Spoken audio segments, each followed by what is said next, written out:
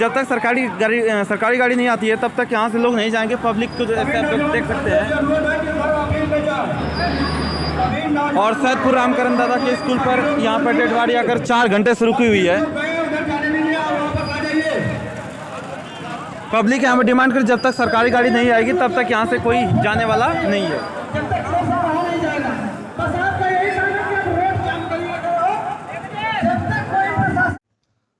सबसे पहले ये वीडियो देखें। जवान की डेड बॉडी, शहीद जवान की डेड बॉडी ट्रेन से आई हुई है। ट्रेन के बाद जब उसके गांव पहुंची है तो सिविल एम्बुलेंस में भेज दिया। अभी 2 दिन पहले ही एक कैप्टन साहब शहीद हुए थे। मेरे लिए दोनों ही सम्मान्य हैं। सबसे पहले मैं उन दोनों को सैल्यूट करता हूं और भगवान से प्रार्थना करता हूं कि उनकी आत्मा सदा अमर रहे और उनके घर परिवार को इस सदमे से उभरने की शक्ति। लेकिन जब तक मीटर लगाकर अपने आप को सोचते हैं कि हम पता नहीं क्या कर रहे हैं, ऐसा भेदभाव क्यों है?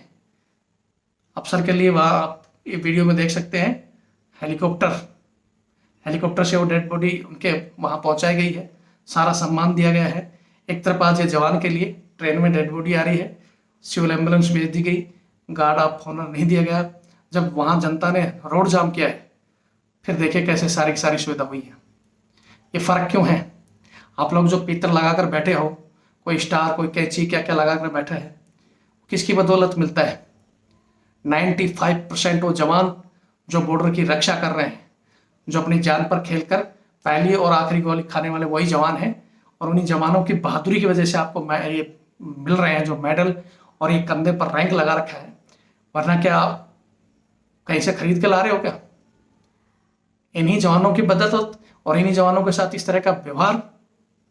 मैं चाहता हूँ ये वीडियो देखे जनता और इन लोगों को समझाए। और सिविल जनता से भी कहना चाहता हूँ कि शहीद के लिए आप सड़क जाम कर देते हो, शहीद के लिए सब कुछ करते हो। हमारे जिंदे जवानों के साथ आज भी गुलामों का जो व्यवहार हो रहा है, मैं चाहता हूँ कि इसके लिए भी जैसे ही ये कोरोना का काल खत्म होगा, हम एक दिल्ली में बड़ा आंदोलन करेंगे। और हम चाहते हैं कि जवानों के साथ हो रहे अत्याचार, ये गुलामी की प्रथाएं, ब्रिटिश के रूल, ये खत्म हो, ताकि हमारी सेना मजबूत हो, जवानों का मनोबल बढ़े। वरना दिन प्रतिदिन जवानों का मनोबल गिरता जा रहा है। जवानों के सीने में एक ज्वालामुखी आग फूट रहा है, वो भविष्य में बड़ा रूप ले सकता है। उसके लिए सरकार को भी ध्यान देने की जरूरत है, वरना फिर पछताओगे मोदी जी। इन चीज़ों पर मैं आपको लगातार ट्विटर के माध्यम से भी बताता रहता हूं। आप मन की बात करते हैं, कभी सैनिकों के मन की बात भी सुन लें। वीडियो देखें, ज़्यादा से ज़्यादा शेयर करें। जय हिंद।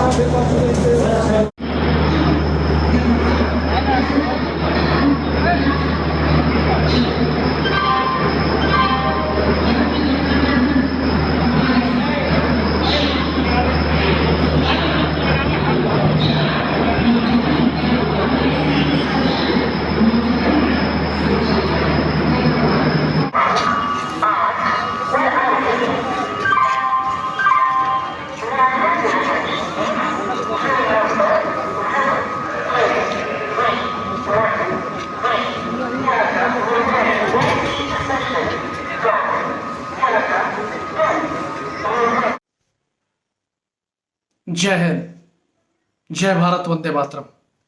मैं रविंद्र फौजी। आज एक वीडियो आया है।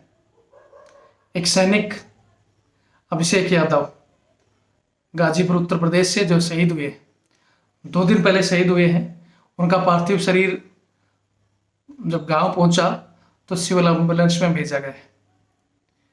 गांव वालों को सड़क जाम करना पड़ा, हाईवे जाम करना पड़ा और डिमांड रखनी पड़ी कि जो सरकारी गाड़ी है सेना की वो आए, गार्ड ऑफ ऑनर के लिए जवान पहुंचे, तब हम इनका अंतिम संस्कार करेंगे। सबसे पहले मैं उस वीडियो की आपको झलक दिखाता हूं। आपको ये भी बता देता हूं कि ट्रेन से उसका शव आसाम से भेजा गया है।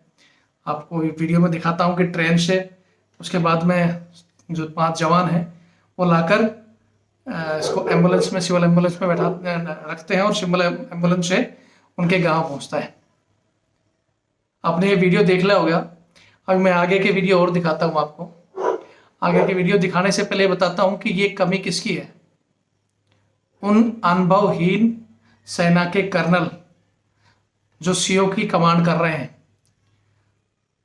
क्योंकि आजकल जो कर्नल बनाया जाता है उसकी सर्विस इतनी कम है, इनका प्रमोशन फास्ट कर दिया गया और कर्नल बनते इनको सेना के जो रेजिमेंट की कमांड दे दी जाती है।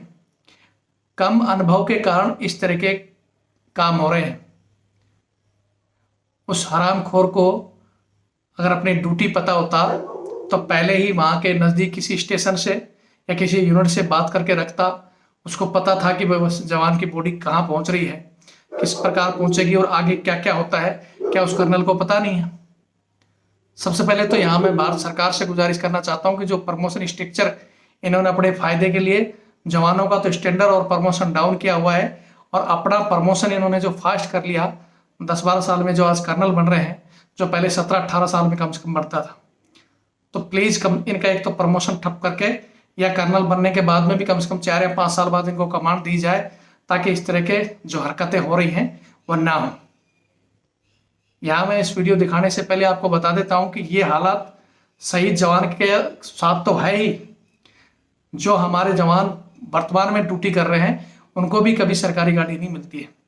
छुट्टी आते जाते समय, टीडी के समय, किसी भी काम के लिए वो बेचारे जवान टेम्पो में घूमते रहते हैं। इनकी मैडमें, इनके बच्चे, इनके कुत्ते तक गाड़ियों में, जिप्सियों में घूम रहे हैं, शॉपिंग के लिए बाजारों में घूम रहे हैं। सरकारी गाड़ी आपने बहुत, जो भी कैंट के आसपास रहते हैं, देखा होगा। सरकारी गाड़ियों का ये अपने लिए इस्तेमाल करते हैं।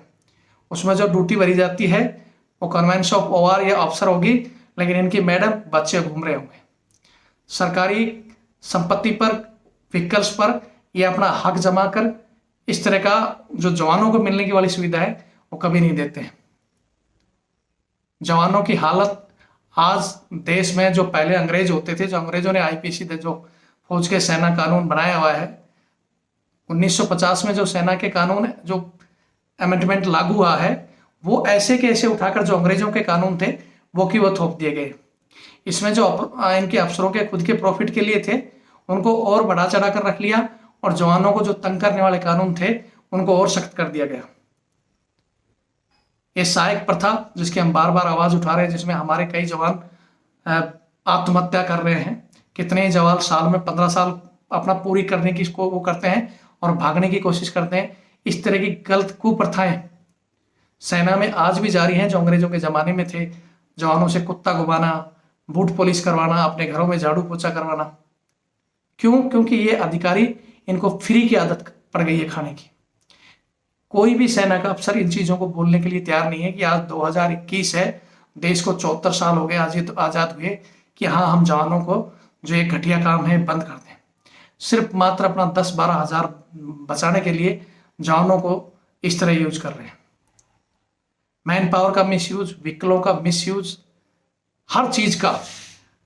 ये जो कम समय में इनको कर्नल बनाया जाता है, अनुभवहीन, लेकिन ये जो अपने वेलफेयर के लिए तो सारे कानून, चाहे वो सेना का फंड कैसे खाना है, रेजिमेंट फंड को कैसे गबन करना है, बहुत से कानून वो तो बहुत जल्दी सीख जाते हैं, लेकिन जवानों के वेलफेयर के लिए ये सारे अपने मुंह सील कर गधे की तरह बैठे रहते हैं।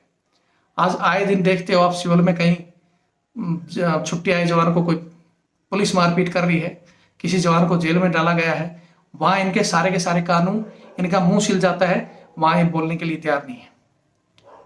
पहले जो अधिकारी होते थे वो अपने जवान के लिए जान देते थे। वो प्रमोशन की चिंता नहीं करते थे कि मेरा प्रमोशन का क्या होगा, वो जवानों के लिए जान देते थे। इस तरह की घटनाएं कहीं भी सिविल में होती थी, वो पूरा का पूरा जवान का साथ देते थे। अगर पुलिस स्टेशन में या कहीं भी ऐसा हुई, उस पुलिस स्टेशन की ईंट बजाते थे, जाकर पुलिस स्टेशन में मारते थे। लेकिन आज किसी कर्नल में दम है? इतने घटिया लोग हो रखे हैं। खैर, मैं आज ज्यादा कुछ नहीं कहना चाहता, मैं इतना ही कहना चाहता हूं कि सेना में चल रही ये तानाशाही और इन कर्नलों, जो कम एज में बने हुए कर्नलों का, क्योंकि अनुभव कम है, नए लौंडे, क्योंकि बहुत से हमारे पुराने अधिकारियों से जब बात होती है तो वो इस चीज को स्वीकारते हैं कि नए लौंडों को जब कमांड मिलती है वो इसी तरह घटिया काम करते हैं। भविष्य में लड़ाई में इनका कम अनुभव हमारी सेना के लिए ये ऐसा साबित होगा कि ये साले जो बोलते हैं ना कि जिसको एडम स्टेशन में क्या करना क्या नहीं है पता नहीं है, वो डुबाएंगे हमारी लुटिया। जवानों पर पर्सनल खुंदक के नाम पर जवानों की बहुत से, जैसे मैंने कल भी एक पॉइंट डाला था, 6-6, 7-7 महीने से जवानों की पेमेंट रोक कर बैठे हैं। पैंचोद अपनी कुर्सी का नाजायज फायदा उठाकर नीचे वालों को तंग करने में आप अपनी शान समझते हो। मैं तो कहता हूँ हरामखोर गधे से घटिया इंसान नहीं है जो जवान के साथ अपनी पर्सनल खुंदक छोटी मोटी बातों पर, अरे जवान का भी कोई अपना खुद का जन्म डिसिप्लिन के साथ साथ उसकी इज्जत भी है, उसका भी कोई मान सम्मान है। लेकिन ये लोग काले अंग्रेज अपने आप को आज भी अंग्रेज मानते हैं। अंग्रेजों का डीएनए इनमें कहीं ना कहीं नाजायज अंग्रेजों की औलाद हैं जो इस तरह का भेदभाव समझते हैं। जवान को आज भी सोचते हैं कि ये तो पता नहीं किसी घटिया स्टैंडर्ड से आया हुआ है, इस तरह की सोच रखते हैं। अगर जवान कोई सही पॉइंट भी रख रहा है, जायज पॉइंट भी इनके सामने अगर सही से बोल दिया तो फिर ये उसको ऐसे टारगेट बनाते हैं कि इसको कैसे फंसा रहे। इस तरह की सोच वाले लोग आज सेना में कमांड कर रहे हैं। सरकार को मैं कहना चाहता हूं, जो मोदी जी हमारे प्रधानमंत्री हैं, बहुत मन की बात करते हैं। इस तरह के मामलों पर कभी एक जवानों का डेलीगेशन आप बुलाए जिसमें रिटायर्ड सैनिक हों जो हर साल रिटायर्ड हो रहे हैं, या और बहुत से पुराने सैनिकों से पूछे कि आज सेना की हालत क्यों है, इतनी अच्छी नौकरी को लोग क्यों छोड़कर जाना चाहते हैं, डिस्चार्ज की लैंड क्यों लगी हुई है। क्योंकि सेना में 60% ये लोग सिर्फ अपने फायदे के लिए, अपने सब कुछ के लिए कर रहे हैं, लेकिन जवान की जब बारी आती है मुंह मोड़ लेते हैं। आपको मैं दिखा सकता हूं, अभी जब आसाम से 2 दिन पहले एक अफसर शहीद हुए हैं, उनके लिए हेलीकॉप्टर आ सकता है, लेकिन जवान की डेड बॉडी ट्रेन में आ रही है। ट्रेन में आ गई, चलो ठीक है, हम नहीं कहते कैसे नहीं हुआ या कुछ नहीं हुआ, उसके बाद वहां आप गाड़ी नहीं भेज सकते हो। इसके साथ ही मैं ये भी कहना चाहता हूं कि ठीक है, एक कर्नल जिसको अनुभव नहीं है या कैसे गलती हुई है, क्या उसके और जो ब्रिगेड में बैठे हैं या ऊपर बैठे हैं उनको नहीं पता, वहां के लोकल स्टेशन को पता नहीं कि भाई शहीद की बॉडी आ रही है तो हम डिटेल करें, क्या उनको इन्फॉर्म नहीं थी। आसाम से चलकर 2 दिन बाद वो डेड बॉडी वहां पहुंची है शहीद की, और उसके लिए कोई आपने ना सरकारी गाड़ी भेजी ना कोई गार्ड ऑफ ऑनर भेजा, उसका सम्मान नहीं है। जब एक अफसर कोई शहीद हो गया, जब हो गया, उसके लिए आप सारी सुविधाएं कैसे ऑटोमेटिक हो जाती हैं, और जवान के लिए सब मुंह फेर लेते हैं, बात करते हैं, फिर बोलते हैं कि कोरोना चल रहा है। कोरोना में आज भी बेंचो सारी इनकी पार्टियां, सारे अंड फंड इनके वेलफेयर के लिए कुछ भी कहीं से भी पैदा हो रहा है, सब कुछ चल रहा है सिस्टम। सिर्फ जवान के साथ जब ऐसी कोई बातें आती तो कोरोना चल रहा है। सुधर जाओ, मजबूर मत करो जवानों को। आज मैं प्यार से रिक्वेस्ट कर रहा हूँ, बहुत दिन से कर रहा हूँ, लेकिन मजबूर ना करो कि जवानों को कुछ ऐसा करना पड़े कि फिर देश की जनता को भी शर्मसार होना पड़े, इस देश को भी शर्मसार होना पड़े और एक नया इतिहास लिखना पड़े। ज़्यादा कुछ नहीं कहूँगा, आगे वीडियो देखें और इन कर्नलों को या इनको शर्म आए तो आइंदा ऐसा कोई घटियापन ना करें। जय हिंद, जय भारत, वंदे मातरम।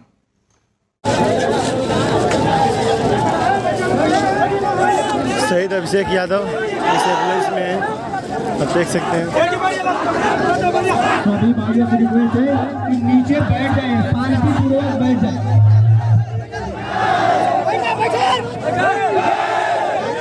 हम लोग का मांग किया जा रहा है कि जब तक सरकारी गाड़ी नहीं आ जाती थी तब तक इनका डेड बॉडी गांव पे हम लोग नहीं ले जाएंगे। कि किसी प्रकार का प्रशासन से हम लोग मांग किए हैं सरकारी गाड़ी के लिए, किसी प्रकार का क्षति नहीं होना चाहिए, यात्रियों को किसी प्रकार का क्षति नहीं होना चाहिए। और उधर जो उस रोड पे जो गए हैं, पूरब साइड वाले रोड पे बैठ जाओ लोग, यहाँ 10-20 लोग हैं, वहाँ प्रशासन जाकर के मनमानी कर रही है साहब।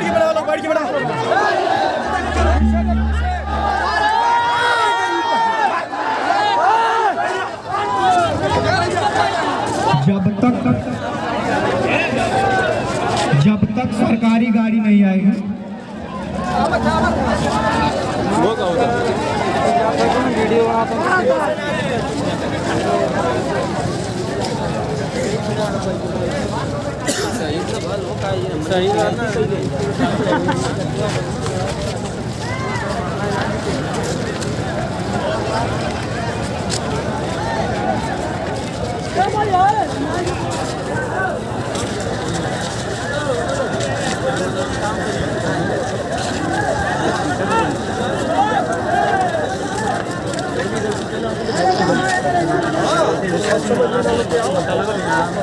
हेलो,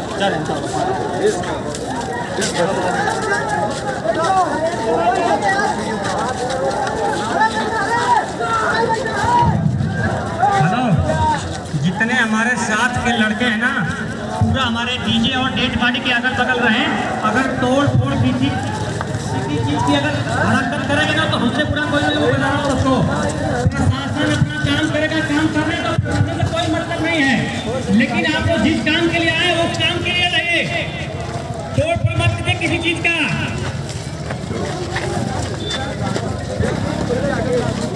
सभी भाइयों